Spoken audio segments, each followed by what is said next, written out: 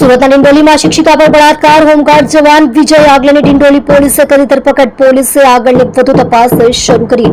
શાના ડિંડોલી વિસ્તારમાં એક ચોંકાવનારી ઘટના પ્રકાશમાં આવી છે, જેમાં 47 વર્ષીય શિક્ષિકા પર હોમગાર્ડ જવાન પર બળાત્કાર કરવાનો આરોપ મૂકવામાં આવ્યો છે. આરોપીએ શિક્ષિકાને લાકડીથી ધમકાવી અને તેના 2 પુત્રોને મારી નાખવાની ધમકી આપી હતી. ઘટના બાદ પીડિતાએ ડિંડોલી પોલીસ સ્ટેશનમાં ફરિયાદ નોંધાવી હતી, જેના આધારે પોલીસે આરોપી વિજય આગલેની ધરપકડ કરી છે. પીડિતા 47 વર્ષીય શિક્ષિકા છે, જે ડિંડોલી વિસ્તારમાં રહે છે.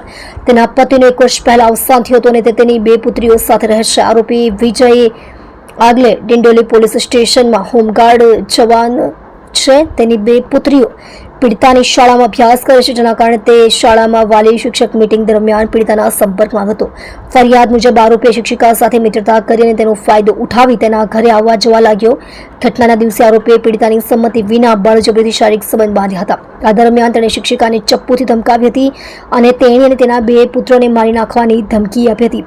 આ ઘટનાથી શિક્ષિકા ગભરાઈ ગઈ હતી અને તેણે તાત્કાલિક ડિંડોલી પોલીસ સ્ટેશનનો સંપર્ક કર્યો હતો. પીડિતાની ફરિયાદના આધારે ડિંડોલી પોલીસે આરોપી વિજય આગળ વિરુદ્ધ ગુનો નોંધ્યો છે. પોલીસે આરોપીની ધરપકડ કરી છે અને કેસની વધુ તપાસ કરી રહી છે. તમે જોઈ રહ્યા છો સેવા ટાઈમ ન્યૂઝ ચેનલ અજમલ જાતવની સાથે.